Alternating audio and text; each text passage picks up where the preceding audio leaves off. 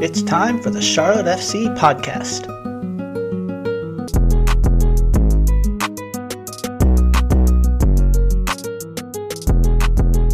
It's Nick Finelli with the Charlotte FC podcast. Here I have another exceptional person who's had a long history, not only in MLS, but just in the soccer world. And I wanted to bring him on. You probably heard the kudos that was given out by Will Martin a couple months back in one of our episodes. So even before that, I wanted to get Gabe on. But first, Gabe, welcome. Thanks for coming. Thank you. It's really nice to be on. You know, I have a very special place in my heart for Charlotte FC. I can go back all the way to when we did the first Mexico game there. And nobody dreamed of having soccer in that market. And Soccer United Marketing, which is the sister company to MLS, we did a midweek game on a non-FIFA date against Iceland. It was 0-0, but we put 63,000 in the building. And I think that woke up a lot of people to the idea that there could be one day professional soccer, an MLS team in Charlotte. And that's exactly what happened years later. So subsequently, I got to work with the club, with folks associated with the club. I was there for the first game. So yeah, Charlotte, special place. I love it. I always tell my wife that that's one of those places I would consider moving to if I had the opportunity. Even though I'm not complaining, I love living in South Florida. Yeah, except for when hurricanes come, right? Except for days like today when it's a little windy out. So we typically start all of our episodes by having the guest introduce themselves like in an elevator pitch. Basically, how do you introduce yourself? How do you tell others about you and who you are? Sure. So Gabe Gabor first started in sports in 1998 as head of communications for the Miami Fusion. A long time ago. We only had 12 teams in the league back then. Oddly enough, I started my career in sports fairly late, unlike someone like Will, who knew at 19 years old basically what he wanted to do, and he focused his career towards that. I was a PR professional. I was head of communications for an airline, and this opportunity came along with the Miami Fusion. And as a person born in Argentina, as soccer has always been in my blood, and the opportunity to work for a soccer team in my hometown was just too good to pass up. So once I got the job at the Fusion, I was there for 3 years. Then the NBA came calling. I went to the NBA as head of communications for Latin America. Left there after 4 years to help out with the family business. But it is said that once you work in sports, it's very hard not to stay in sports. So slowly I gravitated back, first project work, and eventually the league asked me back as a full-time consultant based in Miami, which is what I have been since 2006. So 18 years straight with Major League Soccer and the marketing arm, Soccer United Marketing, and 21 years total working in the soccer industry. Every second has been great. What a blessing. Yeah, so you work directly with Dan. Cornfields. MLS, yep. Dan was the first person I met in 1998. He trained me. He's a mentor, a boss, and a friend. And there's very few people in the world that you could call a friend, a mentor, and your boss, and still be in good standing with. We had him on the show for a talk. He was awesome. And then, of course, you're close to the soccer Don, right? Because he's been there forever. He's been there forever. I met him, I think it was within the first week that he started 25 years ago. It was my second year at the Miami Fusion. He was very interested in the Miami market. It wasn't doing as well as everybody had hoped. So he came down to find out what's going on. And I remember spending time with him. He was very open to my opinions and what I thought about Fort Lauderdale versus Miami and things like that. So yeah, we got to spend some time then. And I'm happy to say that 25 years later, I'm still right there, and I get a chance to interact with them and work with them from time to time. And I've always said this, and I go to stadiums, a lot of big events, and he's introduced, and I hear the boos, and I don't take it seriously, but I wish everybody would know what I know about him. And what I know about Don Garber is that in my book, if you ask me what were the transcending moments of Major League Soccer, the moments that made MLS what it is today, one of them is Beckham. The other one is Messi. But the third one, even perhaps above the Beckham and Messi moments, is when Don Garber comes to this league. Because a lot of people don't know that when he came to this league was within this much of going out of business. They already made the decision to shut it down. And he had a vision of what needed to happen, including building soccer stadiums, buying the rights to the 2002 World Cup that at the time, and 2006, that at the time, no one in the US had bought the rights to televise the World Cup in English. And he's like, we got to have that on if we're going to have a soccer league in this country. And other capital investments. And it was he who convinced the owners that wanted to do that to stay on board. And it was he who made the league what it is today. Without Don Garber, we're not talking right now. You and I are not talking. There's no team in Charlotte. None of this is happening. So I'm not just saying that because at the end of the day, he pays my bills. But I have incredible respect for Don Garber and what he's been able to do. Nobody's perfect, and sometimes it's trial and error. But if you think about it for a second, we have 30 teams. That means that he's the person that has to deal with 30 ownership groups made up of not just the wealthiest people in the world, but some very opinionated people with very strong opinions. And Don has to keep everyone happy and everyone within the same vision. So all the credit in the world to him. And a lot of those people are used to getting what they want. Yes. At that level in society, very wealthy people, they are used to getting what they want. All right. You snuck something in earlier, and I wanted to come back to it. You talked about Miami football versus Fort Lauderdale. Where to put it?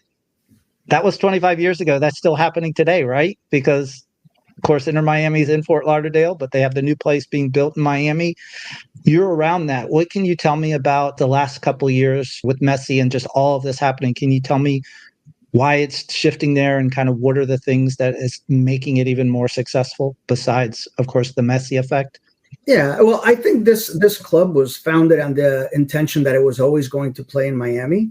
And it was only because they didn't find the adequate location quickly enough. So their choice was to maybe play at one of the other venues, maybe FIU or the baseball stadium or the football stadium.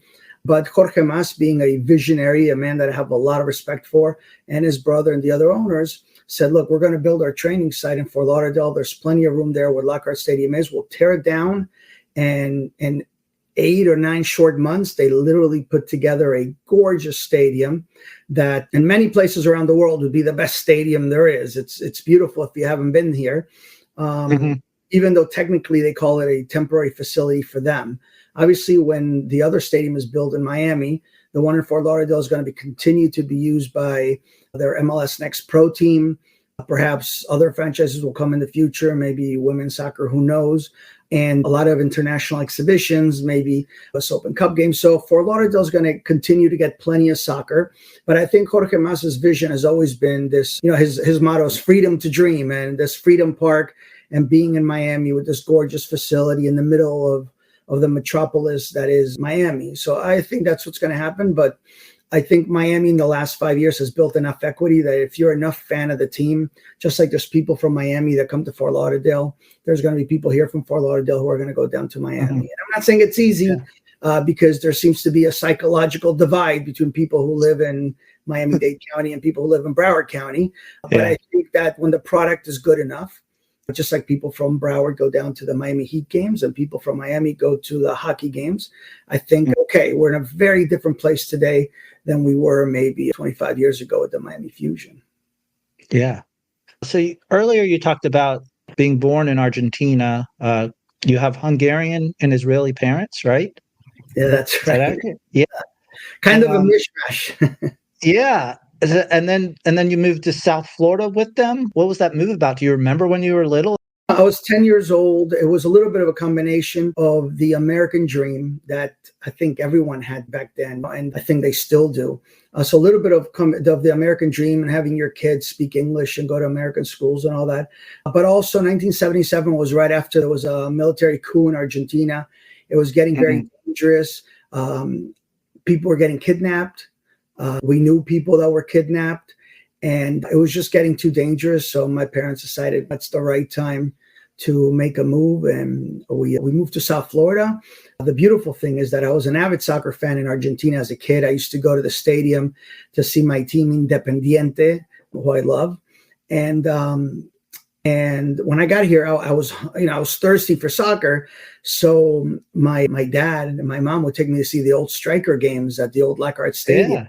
And I got to watch Strikers play the Cosmos and the Diplomats, and I fell in love with with the team and Ray Hudson and Thomas Rongen, who I still can't believe that nowadays I'm friends with. I could ring them up or I could see them at the stadium, which is incredible that you get to see some of your idols. I get to work with them, which is one of the beautiful parts of this job. And Nene Kubias, Gerd Mueller, Jan van Vetter, and Arnie Mauser. The list goes on and on. It was just a terrific group of athletes that played here for the Fort Lauderdale Strikers. So it never went away. That love for soccer and going to the stadium, it just never went away. And we got to do it with the Strikers. And even though for a while here, there wasn't that level soccer, there was always some level of soccer in South Florida, whether it was the indoor Strikers or then there was a second and third incarnation of the Strikers and then Miami FC, who are still in the USL. So Miami's always had continuous soccer throughout, for the last 40, 50 years. And now Inter Miami is really the realization of what this market could be. And we see what it's like every week when the stands are packed.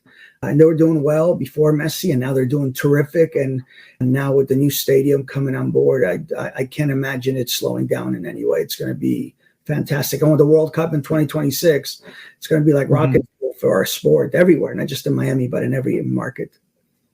Now, do you remember when you were 10, so you're probably old enough to remember something, but do you vividly remember hey, your parents saying, sitting you down, we're going to go to the United States, we're going to do this? Yeah, I remember my parents telling me. I remember the kids in school. I was in 5th grade throwing me a party. I remember there was a problem with my visa coming to the U.S. So my father came first to set up the apartment and the business and all that. My mom and my brother and I stayed behind. And then they sent me first at the end of the school year. And then my mom and my brother came later. And in Argentina, it was such a backwards country back then that you couldn't leave the country unless there was a signed affidavit from both parents. So my mom took me to the airport, but I didn't have a letter signed from my father that it was okay for me to leave the country. I guess it's okay. Maybe other countries do that. I'm not sure. But so we had to wait for my dad here in the U.S. to get a letter signed by attorneys, sent to Argentina. Back then, there's no FedEx. There's no carriers. It was probably a 2-week thing. There's no fax either. There's no fax. There's nothing. So I vividly remember I was so depressed about it, and I was embarrassed that I already said goodbye to my friends. So I didn't tell any of them that I was staying. And I was 10-year-old kid. And I slept every day. I spent every day in bed because I was so depressed. In my parents' bed, they had a black and white TV. And I remember watching the U.S. Open and Guillermo Vilas, the Argentine player who won the U.S. Open that year. He's the guy that had a left arm that was this thick. And that's a vivid memory. I remember landing here. I flew on my own. Back then, 10-year-old kids flew on their own. They don't do it too much anymore. Flew on my own. I landed. Dad picked me up. He drove me up Miami Beach. We went over a bridge right before we got to Sunny Isles. And he said, look in the horizon. You see the tallest building? That's where you're going to live. I'll never forget him saying that. And that's a nice memory. Sadly, my dad just passed away now almost exactly a year ago. He was 90 years old. Oh, wow. So that's a nice memory of when I came here. So for him telling me that we're going to live in the tallest building in town. That's amazing. That's awesome. And so when you got here, just the normal kid life in South Florida, or did you feel like it was like a different path? No, I made, we live in condos, you make friends. There's condos in South Florida. You have like a playroom downstairs. And so I would play foosball and ping pong with the other kids in the building. So matter of fact, the very first friend that I met in the United States when I was 10 years old, I'm still friends with. We're still in touch. That's very neat, right? And a lot of my high school friends. No, I didn't speak much English. So I remember a few years ago, I went to a fundraiser and I ran into a couple of guys that I knew from high school. So we started talking, and the first thing they noticed is that I don't speak, broken English. I don't have an accent anymore. I have a little one, but not much. And they just knew me through high school as a kid that had an accent. So a lot of things have changed, but no, I was so blessed. And then to be able to go to, to college, like my parents wanted, I went to FIU, which has become, a top, global university. Very proud of that. Yeah. I read you were in the Hall of Fame. They honored you a couple of years ago to be in the Hall of Fame there. Yeah, I'm in the school's School Communication Hall of Fame, the inaugural class. I was one of the first few that got inducted. And it was a surprise. In the words of my kid, who was 10 years old when I got inducted, when I told him, his reaction was, "Really, Daddy? They couldn't find anybody better?" So, and Yeah. kids don't lie, or kids lie, but kids tell the truth, right? Kids are harsh. So, Yeah. no, Yeah. I was very, very honored to be inducted. And a few years before that, I was given the university's Torch Award. A little bit, it's a product of the industry I'm in. When you work in very visible public jobs, like working the NBA, working MLS, before that I was an airline, you sort of have an edge a little bit because, it's good to have, a big name attached to your resume like that. Yeah. So do you remember like your first job? You talked about the Carnival Airlines. Was that one of the first gigs, or did you have somewhere else where you kind of learned a little bit of the ropes? I graduated college at 20 years old, and I was one of those that would go to like every association meeting, PRSSA, the public relations one, the ad council, etc. But believe it or not, I found my first job, despite all those contacts that I made, and want that in the newspaper. That's how long it's been. I was only 20 years old. I graduated college very, very young. My dad was one of those guys that wanted me to go to work immediately. There was no touring Europe for a year. There was no taking a break. I graduated December, and by first week of January, I was already working. And the title was promotions assistant at a company that provided services for cruise lines. Mostly they published the magazines, and they provided the port lecture that sort of tells you during the cruise, hey, where you should go shopping or what you should visit when you get to port. So that was my first job, making $17,000 a year. That was my salary. But living at home? No, I moved the second I graduated college. Oh, okay. I know. I moved out to my apartment, and this is 1988, so it's not like it was that expensive.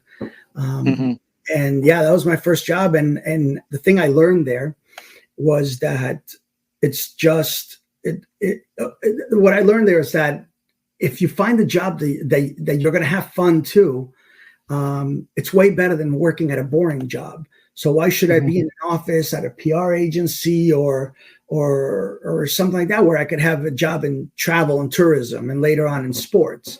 And that's been the real blessing that I spend, except for 3-4 years where I worked as a head of communications for an investment banking firm. Most of the time I've either been in travel and sports, and it's a blessing. It's an absolute blessing because you're having such a nice time. I'm not saying that there isn't hardships. People piss me off all the time. There are situations that are uncomfortable, it gets under your skin. But at the end of the day, I try to remember that I work in professional sports. It's a blessing. I've been blessed to be in just about every major soccer happening in this country for the past 25 years. Almost every team launch, almost every MLS Cup, every All-Star, every Gold Cup final, Copa America final, etc. And not only am I lucky to be there, but they're paying me usually to be there. So it's an absolute blessing. So how did you get your big break with the Fusion? Because that seems like when you kind of first got inserted and be like, oh, this is not only a career or job, but it's something I enjoy. And it kind of has all those boxes checked. So I was at the airline, right? I was at Carnival, which by then was owned by the owner of Carnival Cruise Line. It was a public company. By the majority stockholder, Mickey Harrison, owned the airline. And about a year before the Fusion came on, they sold the airline to Pan Am Airways. So I went over to Pan Am. I still have a business card from Pan American Airways, which is unbelievable to me. But I wasn't feeling it like I was at Carnival. It was a different environment, etc. They already had a head of communications. So I sort of became head of promotions, but it wasn't my bag. The announcement was made that the Fusion was coming in 1998. And I started trying to figure out if there's a way to get an interview, get a job, what do they need? And to be frank, I was not very successful, even though I kind of had an in with one of the owners. Well, one day I get a call from my best friend. They say it's better to be lucky than be good. My best friend, Mark Russo, is an attorney, and he was starting to get in the business of representing players. And he was working on the sale of a player named Jerry Tamashiro from Peru to the Miami Fusion. Jerry Tamashiro became the first international signing of the Miami Fusion and scored the first goal in the Fusion's history. Anyhow, so they're negotiating with the then general manager, and Mark asks him, how's it going with your front office? Just out of the blue. And he says, so we're good. We need to fill a couple of positions, like a, head of PR. And Mark's like, I got the perfect guy for you. And he tells him about me, and he says, have him call me. Sounds perfect. I called him up. His name was Leo Stiltano, by the way, our first GM. And I called up Leo, and he's like, hey, you sound perfect. You're hired. I go, what do you mean I'm hired? I haven't even had an interview. He goes, well, you need to come in for a formal interview with the owners. But if they're like you, you're in. I love you. You're in. You're the guy. And that was it. And I came in for a meeting with John Stahl, who was actually a concert promoter who I knew from my past job in the concert industry. That was after the cruise line came to concert industry. and Ken Horowitz. And we hit it off right away. And the next thing I know, I'm starting in very different situation than what clubs start out today. I'll give you an example with Charlotte. Charlotte had a runway of what? A year and a half, 2 years, where they hired people. They had their offices, put their academy together. They were playing. And had a nice, healthy time to put the team together, nice big offices, etc. I got hired and started the first week of January. We started playing in March. There was no staff besides that. There was just the heads, so I had to hire staff. There was no media guide. Anybody who's ever put a media guide together knows that it's the most grueling, annoying thing ever. We were refurnishing Lockhart Stadium. So literally we're promoting as the first soccer specific stadium in the US. A lot of people think of Historic Crew as the first soccer specific, but I think those of us in South Florida would argue that Lockhart was here first, but it wasn't built for it. It was, an old high school football stadium that was converted, but it was converted for MLS. 3 months is impossible. I recall specifically pulling all-nighters where I never left my office. I literally worked the entire night because we're on deadline for something, media guide or whatever it is. And I would go home when I could go home to go to sleep. And my mind was racing and all the things had to be done. I couldn't get a single good night's sleep till after opening day. However, that opening day against DC United on ABC was probably top 5 in my career and most magical moments. The fact that we pulled it off in such little time and, we sold out the building. One funny story that I've told a couple of times is that they were way behind in building the stadium. It wasn't ready. It was supposed to be so. The night before, they got a lot of hourly labor to come in and finish bolting together the erector set type of seats that Lockhart had, and they worked through the night. When I showed up with my colleagues from MLS in the morning in the press box to start setting up for game day, all those people that had worked all night, at least a lot of them, they were sleeping in the press box because they didn't even get a chance to go home. They were so tired. Right. But that's how close it was to not having that building ready. They worked through the nights. They slept in the press box. So, it was hard to say, hey, guys, I'm sorry. We got to get this thing ready. But that's what it was, the first game. And sadly, we lost 2-0. Goals by Tony Sana and Richie Williams. Still remember it. And it was like a dagger, because you wanted to send everybody home. Is such a great event. And then the Fusion did a lot of fun, crazy things to try to bring fans to the stands. We had a concert by the Village People. YMCA. We had a concert with Ziggy Marley. That's cool. First year. And another thing that few people know is that the very first game, the one that we sold out, one of the sales points was that you're coming to the game and then we're going to have a big fireworks show to celebrate the first game. So the game is over. The fireworks go off. After 2 fireworks, everything stops. But he looks around and goes, so nobody knew that one of the fireworks, I guess, misfired and injured one of the people that was working on the fireworks. And they couldn't go on with the show. And nobody knew. They just figured it was a quick, 2 fireworks that were done. But yeah, that person, from what I understand, is okay. But yeah, that's what happened the very first day. Wow. You have such good, vivid memories about all this stuff, and you've seen probably thousands of games. So I'm sure you don't you don't have that for everything, but it's pretty amazing. Some you remember, some you remember more than others. A lot of times you remember circumstances more than the score. For example, I remember being at the first Seattle-Portland game in Seattle. And it was the first time I had ever seen, for a regular MLS game without playoff implications or anything like that, they had 50-something thousand in the building. It was almost sold out.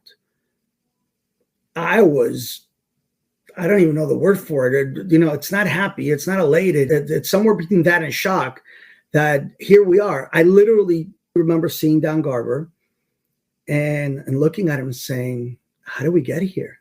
I mean, it was like that. That's how I felt. Like from one day to the other, you open your eyes and we've made it. We got 50,000 plus people in a building for a regular season game with no playoff implications.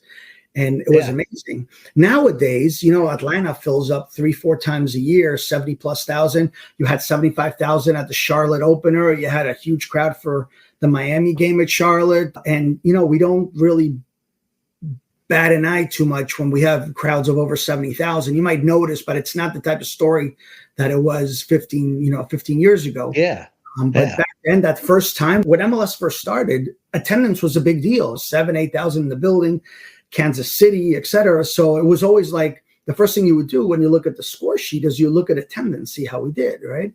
Mm-hmm. And all of a sudden, after that Seattle game, I don't think I ever looked at attendance numbers again because I knew that the league was doing great. And it's been great. What's happening in Atlanta, unbelievable. Charlotte, unbelievable, and so on and so forth. It is amazing. So talking about seeing lots of matches, I think one of your posts said in the summer of soccer, this was a huge summer this past season. You did like 18,000 miles. I did. 14 games, something like 10 different cities. It was a crazy summer. The thing is that there is no market like the United States, and everybody wants a piece of it. So we had so much soccer this summer. We had the Mex Tour, which I work on. The Mex Tour is the annual Mexican national team tour. We had Leagues Cup. We had the Argentina tour. We had all the summer friendlies with the European teams coming over. We had All-Star game. All-Star game. So I worked on 5 Mex Tour games, 8 or 9 Leagues Cup games, including the final. I attended 2 Copa America games where even though I wasn't working for Conmebol, I was there in a working capacity. There's the All-Star game that I worked. So it was 18,000 miles, like you said, nonstop. It was tiring. It was very enjoyable. Travel in, right? You got to see all these places. You got your travel in, right? Don't you? I do my travel in. Now, I'm one of those guys that if I can, I'll try to book my travel so I'll have some level of free time. But whereas maybe someone would say with that free time, I'm going to sit in my hotel room and relax. I like to do I like to try to do some tourism, maybe visit somewhere in that city that I haven't been, because I don't want to be that guy where, your grandkids say, hey, Grandpa, have you been to Columbus? And I'll say, yeah, but just, from the airport to the hotel, to the stadium, back to the, I don't think that's fair for the cities that I visit, and so I always try to do something. So this summer, the highlight, there was many highlights, but one of my favorite things is the day of the Leagues Cup final, which was late in the day. I woke up early. I took an Uber to the nearest car rental. I rented a car. I drove an hour and 15 minutes to Mansfield, Ohio, and I went to visit the Ohio Reparatory or Correctional or something like that. Basically, it's where they filmed Shawshank Redemption. Oh, cool. Which, in my opinion, is one of the greatest films ever. And if anybody's watching here and you haven't seen Shawshank Redemption, then you need to see it because it is one of the greatest American films of all time. So I always heard that you can go actually visit the prison and visit where they filmed all these iconic scenes. So I went there, spent 3 hours there. It's now a museum, by the way. It's not a working jail. Reformatory, Ohio Reformatory. Okay. I think something like that. And then I came back and I went to work at the game, but it was incredibly enjoyable to go visit that. I think also in Mansfield, I think there's one of the places where makes carousels, like one of their factories is there too. But anyway, so you talk about working these games. What do you do as an international consultant for all of these in the comms areas? So, what is your task? Over the years, I've become an expert, I guess. I'm very knowledgeable, whatever you want to call it, on the area of media operations. There's a role in international soccer at matches called a venue press officer. A venue press officer basically puts together everything you need in a venue for the media to do their job. Now, in a club, like what Will and Woody do, Charlotte, right, is they do that role, but they're also doing the role of the media officer, which is the one that deals with the teams and MCs the news conferences and schedules interviews and things like that.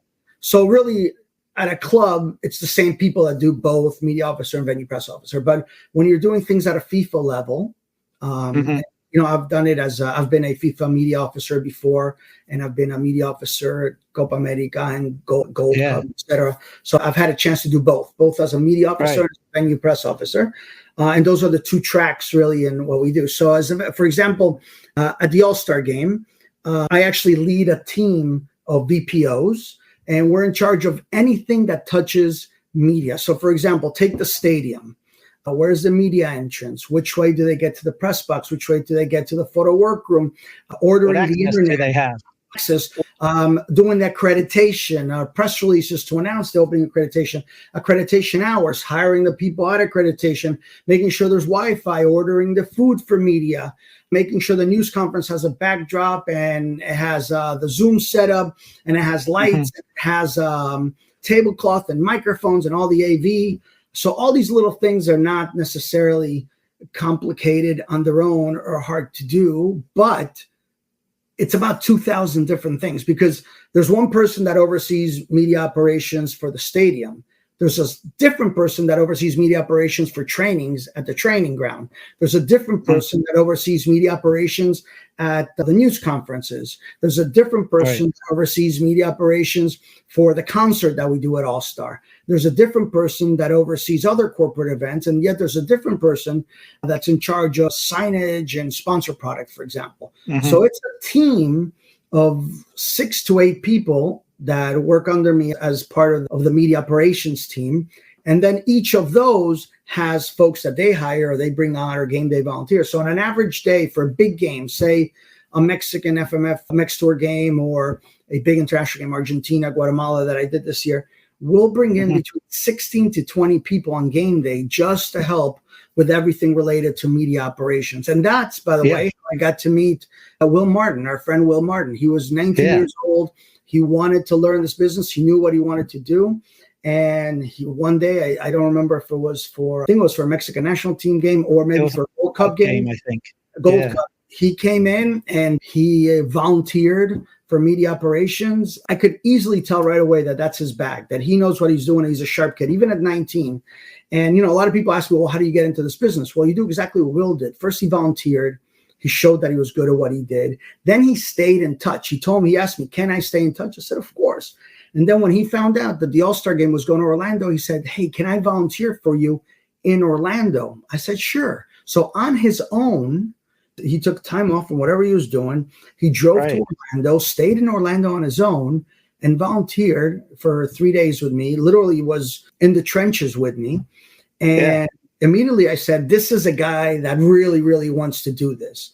And then we stayed in touch. And when I had an opportunity and I needed an assistant that I think it was in Orlando, the bubble, you remember the bubble with the pandemic? I brought him on for a month to be in the bubble with me, to work in the bubble and run media operations there. And I already knew then that he was going to be a rock star in this business. And he is, shortly after that, he helped me with a couple more things. And when he graduated school, he started looking for a job, and he had, what a dream come true, right? When he started at 19, it wasn't even conversations of having a team in Charlotte. And by the time he graduates college, not only is there a team in Charlotte, but it's starting out, and he gets to, work as a coordinator. And then he moved up very quickly because he's such a sharp guy. And I'm so proud of him now that he's moved out in Las Vegas. To Las Vegas. He's head of communications. I always told him that he's going to be my boss one day. And I still think that that's going to happen.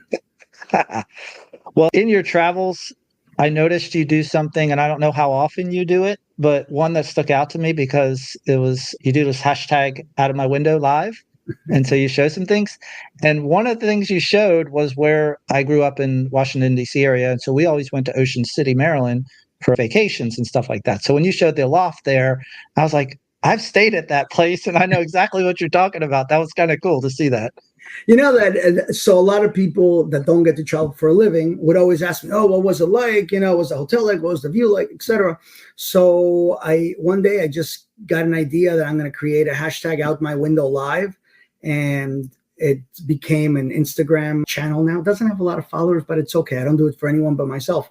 But basically, I'll take a picture out my window of where I'm at. And from time to time, I'll make a video and I'll post it on Instagram. Or, for example, the Ocean City one, I have a YouTube channel, which is YouTube/Out My Window Live, and I'll talk about what I see out the window. And people would, first of all, became a thing, because every time somebody has a nice view, they will text me and say, "Hey, check out my window," which is great. But I had people come back to me and say, "Hey, why don't you describe the sounds, the smells, this and that?" So I started doing a little bit of that. But anybody who's a YouTuber knows that you got to sort of dedicate yourself to that. It's hard to just be a part-timer.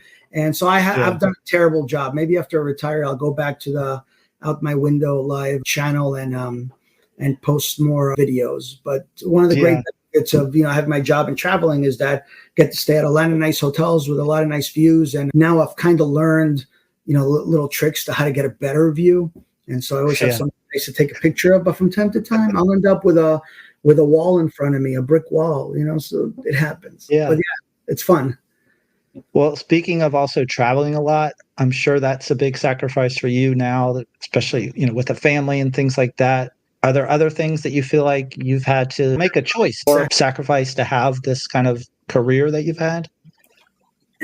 You know what? I never saw it as a sacrifice. No, the thought of like working in an office behind the desk, no, not for me anymore. I don't think I could ever go back to doing that, because I'm based in Miami, not in New York City.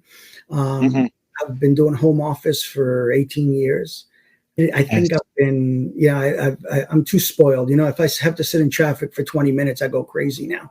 But I never thought of traveling as a burden, because the rest of the time I'm here and I get to take my kid to school and I get to spend a lot of time with them and with my wife. So it's been a blessing. Also, all those miles and points, I like those. They come in. Yeah, that helps out. You get to do some nice stuff on your own. And, my wife met me when I was with the Fusion. So she met me as somebody who traveled a lot. Then my kid was born into it. And even though there was a couple of rough years when he didn't love daddy going away, he understood. And he kind of got used to it quickly. And now one of the highlights for me as a father and a professional is that the last 2 years, my son is old enough to come join me at some games and become part of the volunteer crew, like everybody else. I put him to work, probably work him harder than everybody else. So this summer, he got to work 3 Leagues Cup games. He got to work a Man City, Barcelona game in Orlando. He got to work Argentina, Guatemala. So if you ask me what's better than what I do, is getting to share that experience with my son. But I work him really hard. I just want to make sure that it's not a free trip for him. I do the same thing with mine. I have my son just went to college first year right now, and he helped me out with the podcast. So he gets to do some things, and we've done some road matches together. So that's fun doing that and editing and stuff. Looking back at, I guess, I feel like you're always around successful people if you're in comms, if you think about it, right? Yeah. Well, so it's one of the great things about this career is that, you could be a manager level employee at a big company and never get to work with or even meet or sometimes see the CEO. But when you work in communications, you're working hand in hand with, the top folks, because that's part of the product you're promoting. So I didn't mean to interrupt you, Nick, but that was a very astute observation that you made. Yeah. So I was thinking, are you ever surprised anymore? Because you are around all these people with success at maybe things that happen, or maybe just even being in awe of the stuff that they do, because it's like you've had such a career with this that it's almost like expected to be at a certain level. Do you know what I'm saying? You know what? I get surprised almost every day. I see things that I didn't think I would see. There's challenges. You're working with new people. You're working with folks you never worked with before.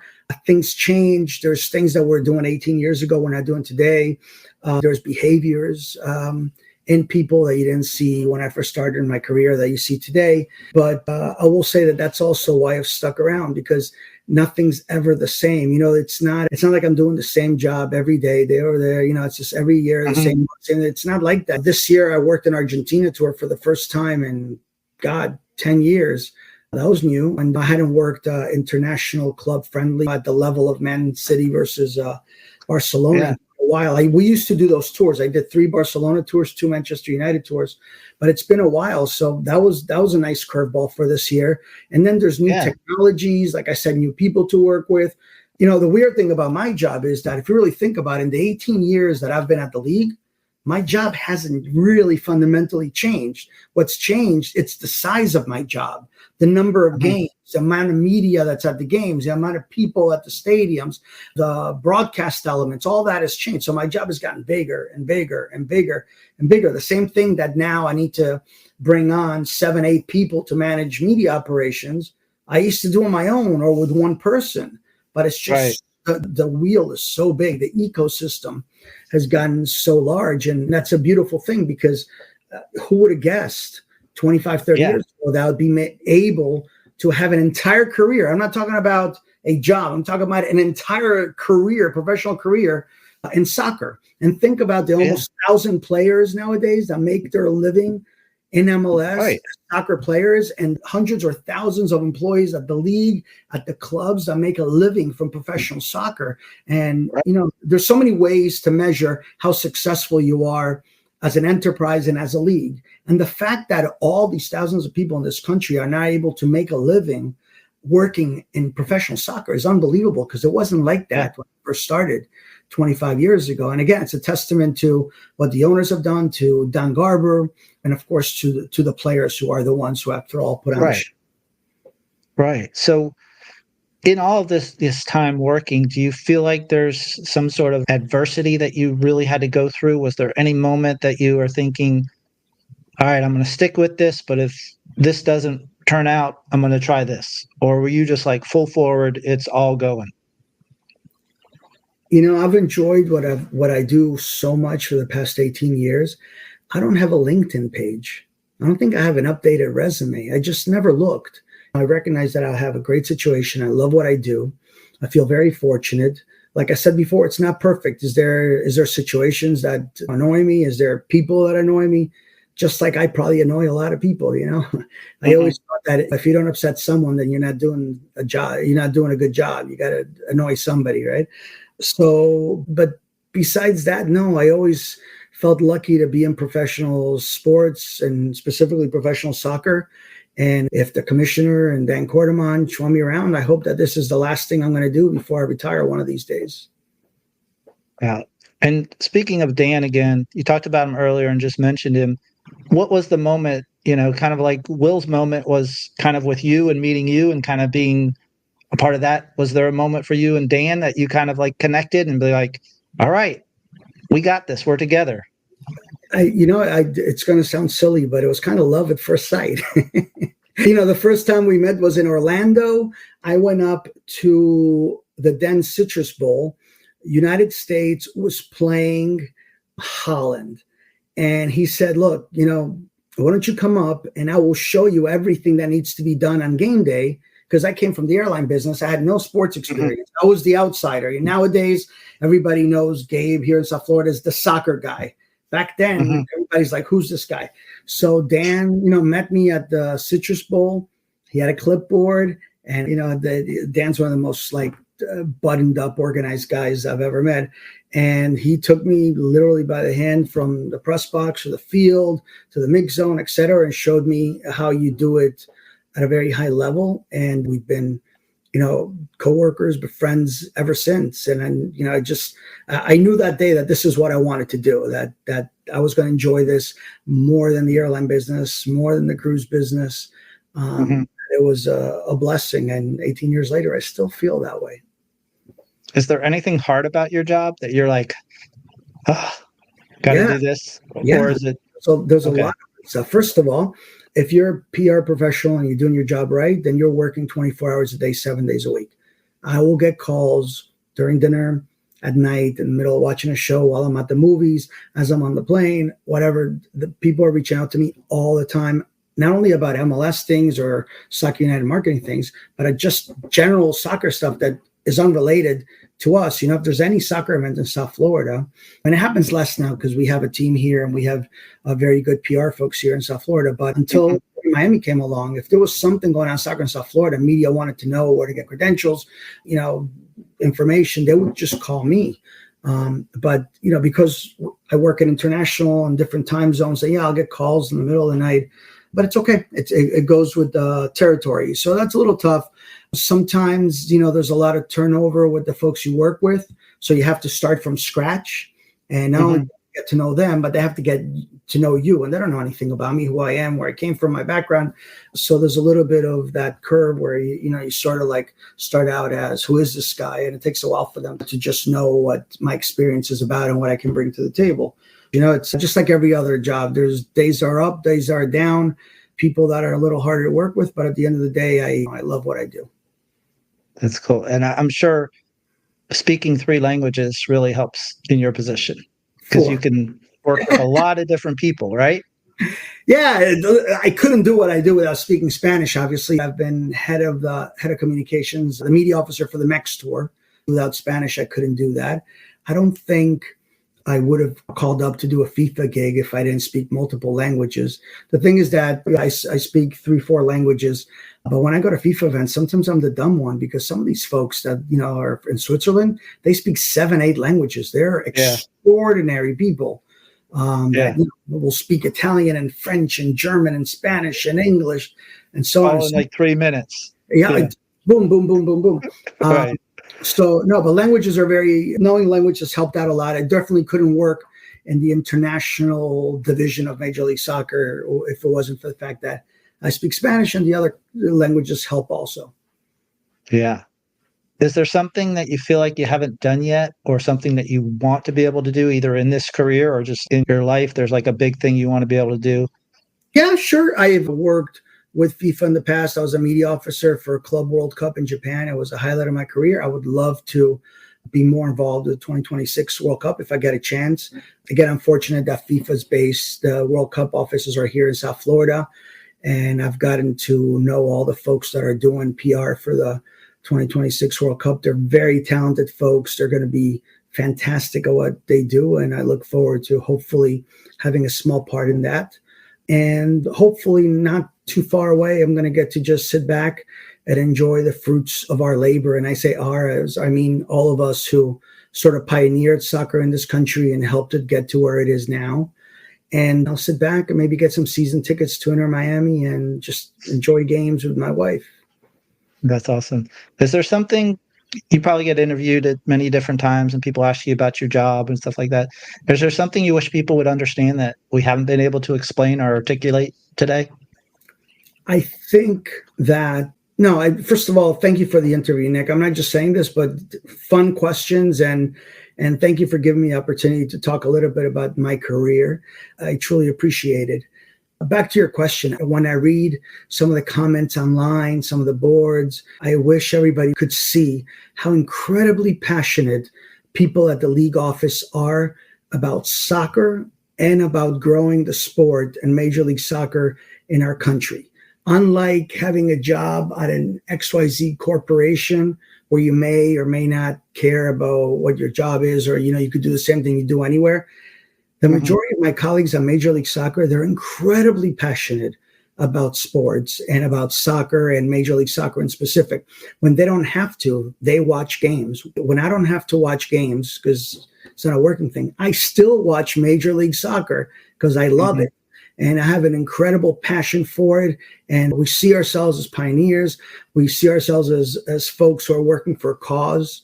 And I think you'll find that all my colleagues at MLS are just as passionate as I am. Most of them played, at least at the high school level, some of them at the college level.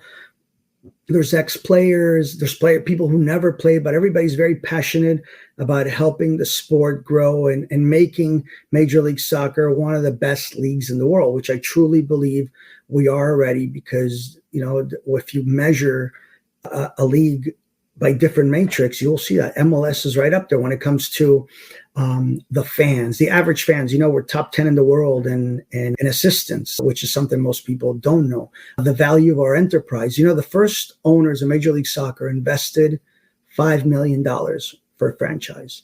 And now we have teams that are worth about $1 billion. like Right. the galaxy. Imagine that for a little investment. You put in 5 million, you take out $1 billion. Yeah. So the owners are passionate, and I even think the players are passionate, and the players appreciate what we do. And the perfect example to me is the following. Early this year, in February, we did an MLS watch party for media in Argentina, in Buenos Aires. And I put out some feelers there for former MLS players who were in Argentina if they wanted to come. It was a media event, but it was sort of a celebration. It was when Miami played Rosario Central preseason, and it was on Apple, and it was a good opportunity for us to go pitch the league in Argentina. I was shocked. We had a table of 10, 12 players, many of them who had played in MLS, who just wanted to once again be part of our MLS family, including Urruti, if you remember Urruti, who played in Dallas, played in Portland, played in Austin. Maxi Urruti, who's playing in Argentina, played a game. The game finished. He drove 30 kilometers and came to our event. Now, how's that for somebody who says, I want to be there? Alan Velasco, who's there getting treatment because he was injured, current MLS player, said, I want to be there. And why do they want to be there? Because I think in a way they're thankful for the opportunity and the experience of playing in Major League Soccer. And they just want to continue to be part of our ecosystem. Well, that's fantastic. We have a last section of our podcast we do. It's called Stoppage Time, Quick Answer Questions. But before I ask you the question, I watched your video on Black and White Cookie. You're a musician. Like, you play the guitar. I know you say you're a hack, but you're good. And you created that song. And I know that was a song of love for your wedding. But I mean, I see other pictures and things like that. So maybe that's the career will take off after you leave, and you can maybe play at halftime of Inter Miami, right? Let's start with this. There's no chance in the world. I'm a hack. I played in a high school band. When I married my wife, 20 years ago, I reunited the band. And we recorded and sang to my wife a song that I wrote for her called Black and White Cookie. And we recorded it. Back then we put on CD and gave it to like all the guests. And then a few years later, my cousin, who's a real professional musician, a professional drummer, he was like, oh, you should get your song up on Spotify. So I went ahead and I uploaded it to Spotify, and not just Spotify, but it's a service that puts it up. So it's on YouTube Music and Spotify, Apple Music and Pandora and all the services. So if anybody ever searches Black and White Cookie, they're going to get my song. And so everybody out there, I invite you to go to your music services and look for Gabriel Gabor, Black and White Cookie. I think the and is an ampersand. I'm not sure. Either one. And you can hear the song that I wrote and played and sang for my wife. And that was the start and end of my musical career. With that being said, if you would have asked me if I didn't do PR, what job would I like in the world? And the answer is a Broadway singer. You love Les Mis, right? I would have loved, man, you really did your research. Yes, I'm a big Les Mis fan. I've seen it, I think, 12 times on stage. I just came back from New York. I saw 2 shows when I was there for Leagues Cup. I saw 2 other shows. No, I saw 3 shows last week, 2 others. So because I sing, I'm a frustrated singer without talent. But if I could have been Jean Valjean on Broadway, that would have been my dream. Oh, awesome. It's stoppage time. All right. So here's the first one. You already answered one of the questions, was what job would you have if you didn't have it? So first one is your walk-up music. When you walk in the room, what's playing? What is it? Journey. Don't Stop Believing or Stoned in Love. Okay. Or any way you want it. Either one of those. Any way you want it. That's Anything by Journey, which, by the way, I play all those. I got my guitars right here. I play all of them. I'm going to get you playing tonight. Must do personal ritual, something you do every day? Must do personal ritual. I'll tell you what, when I travel, I have a ritual. I'll do a little prayer before I leave the house. I always have to sit in an aisle seat. I always have to wear noise canceling headphones. I got to be busy when we take off, busy when we land. This might come as a shock coming from somebody that has flown more than 3 million miles, but I don't love it. So I have to keep myself busy. All right. Do you have a favorite unplugged activity just to kind of get away from everything? Play guitar. Okay. Do you have a go-to snack for watching a match, like on television or something? No, but I can rarely stay away from Pop-Tarts. Pop-Tarts. Oh, interesting. Okay. Did you try the ones that look like the The crown jewel kits that Charlotte had a couple of years ago, the berry ones? I did not get to try that. I try new ones sometimes, and I always go back to the classics. Okay. So design is everywhere, from like physical things to functionality and stuff like that to ideas. What component of design impresses you? Interior or exterior? Ooh, that's hard. I'll go with exterior. Polish on the outside. You like that? Polish on the outside. Yeah, I guess that's more of my nature. I thought you were going somewhere else with it, with the question. What were you thinking? I'm just curious. No, when you started asking a question, I thought you were going to ask if there's something about the creative process that drives me crazy. And I was going to say, yeah, lack of originality, when you're just doing the same thing over and over again and you're afraid to take chances. I'm the guy that loves to do crazy stuff. We took Messi to the roof of the Space Needle when he was in Barcelona, and we recorded him juggling a soccer ball. That's still on YouTube. Yeah. We took Manchester United running up the Rocky Steps. We've done a lot of fun things. But you got to think outside the box to do stuff like that, and you got to have bosses that allow you to do that. So I hate being in the room, and as soon as you come up with something super creative, people shut you down. Let the creative process work. I love just doing the novel thing, so I'm up for that anytime. Do you find starting a project or finishing one more gratifying? Finishing. Okay. And if you were a current player in MLS, what player would you most be like? Kind of like your demeanor. You don't have to pick a position unless you have a specific position you'd like to play. Darlington Nagbe. Ah, okay. That guy is, for a few reasons. First of all, he's respected by everybody. He's also liked by everybody. He's a wonderful human being, just a wonderful guy. He's also a winner. He's got 4 MLS Cups and a Campeones Cup and two US Open Cups and all that. But he's just a wonderful competitor and player, but he's not cocky about it.